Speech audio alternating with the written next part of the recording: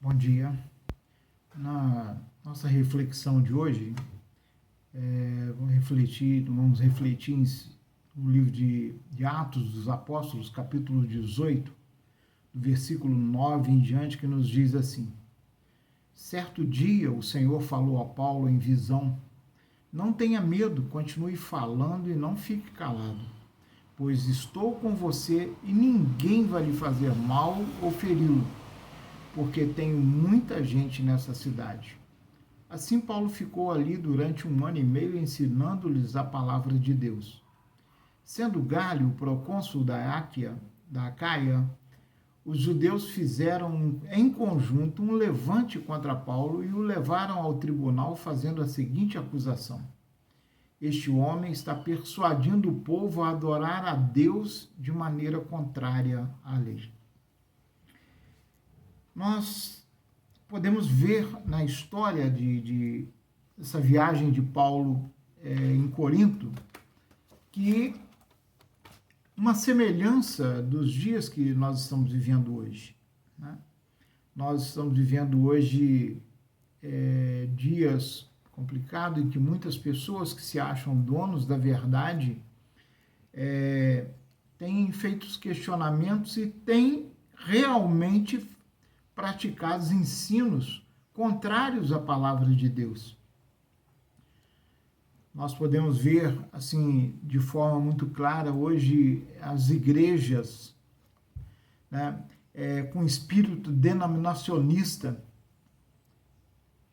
um egocentrismo muito grande, podemos ver igrejas, cada uma mais desejosa do que a outra de se tornar cada dia maior, mais importante, com mais nome.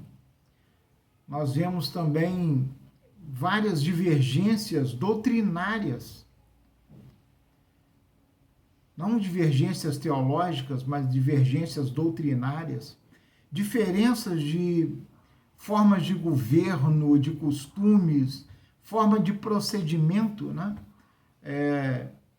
Nas igrejas, uma competição sectarista entre as igrejas, mensagem confusa.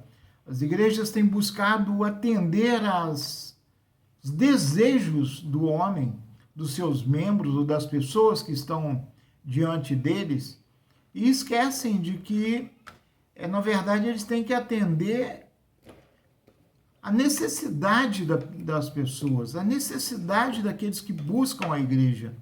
A igreja tem que ter o remédio. Ela não tem que passar a mão, não tem que ter placebo, né? Placebo teológico ou o que for para atender as pessoas que ali chegam. Elas têm que ter o remédio de verdade, né? E elas têm trabalhado de forma confusa, perdendo os referenciais de ser como igreja, como um hospital espiritual. As igrejas não se portam mais como hospital espiritual. Eles estão se portando como um clube para atender as necessidades físicas, os anseios humanos das pessoas, os desejos das pessoas.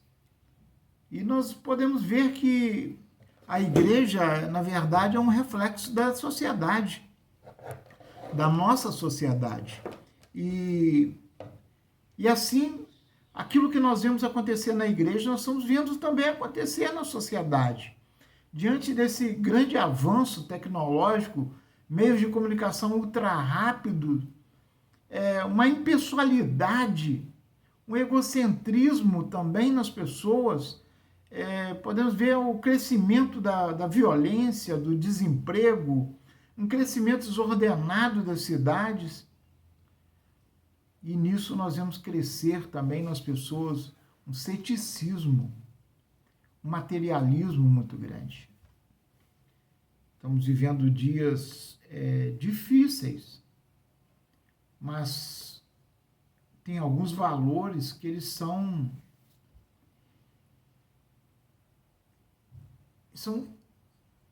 não podem ser modificados. os valores de Deus, os valores contidos na palavra de Deus, eles são inquestionáveis. Eles não podem ser questionados, porque são valores de Deus. São valores de Deus.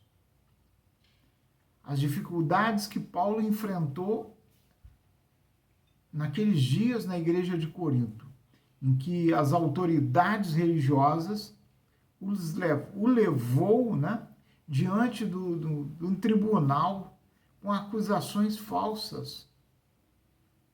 Também nos dias de hoje, quando nós pregamos a palavra de Deus, a verdade de Deus, se você crê, você está salvo. Se você não crê, se você não entregar a sua vida para Jesus, você vai morrer eternamente.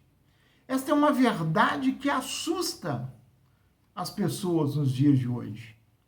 Mas é uma verdade em que nós não podemos deixar de proferi-la. Porque assim como o Senhor falou com Paulo naquela noite, o Senhor fala conosco hoje. Não tenha medo, continue falando a verdade. Não fique calado. Não fantasie. Não faça floreios na verdade de Deus. A verdade é única e a verdade é objetiva. Ou nós entregamos a nossa vida para o Senhor e viveremos eternamente ao lado do Senhor, ou viveremos eternamente longe do Senhor. Nós não teremos uma vida eterna. O homem não terá uma vida eterna ao lado do Senhor. Viverá no sofrimento eterno. Esta é uma verdade. Nós não podemos deixar de falá-la. Nós não devemos ter medo de proferi-la. O Evangelho da verdade, ele espera que nós o anunciemos com ousadia para todos os homens. Que Deus nos abençoe, que Deus nos oriente, que Deus nos faça compreender de que nós não devemos ter medo e não devemos ficar calados, nós devemos falar a verdade de Deus. Deus nos abençoe.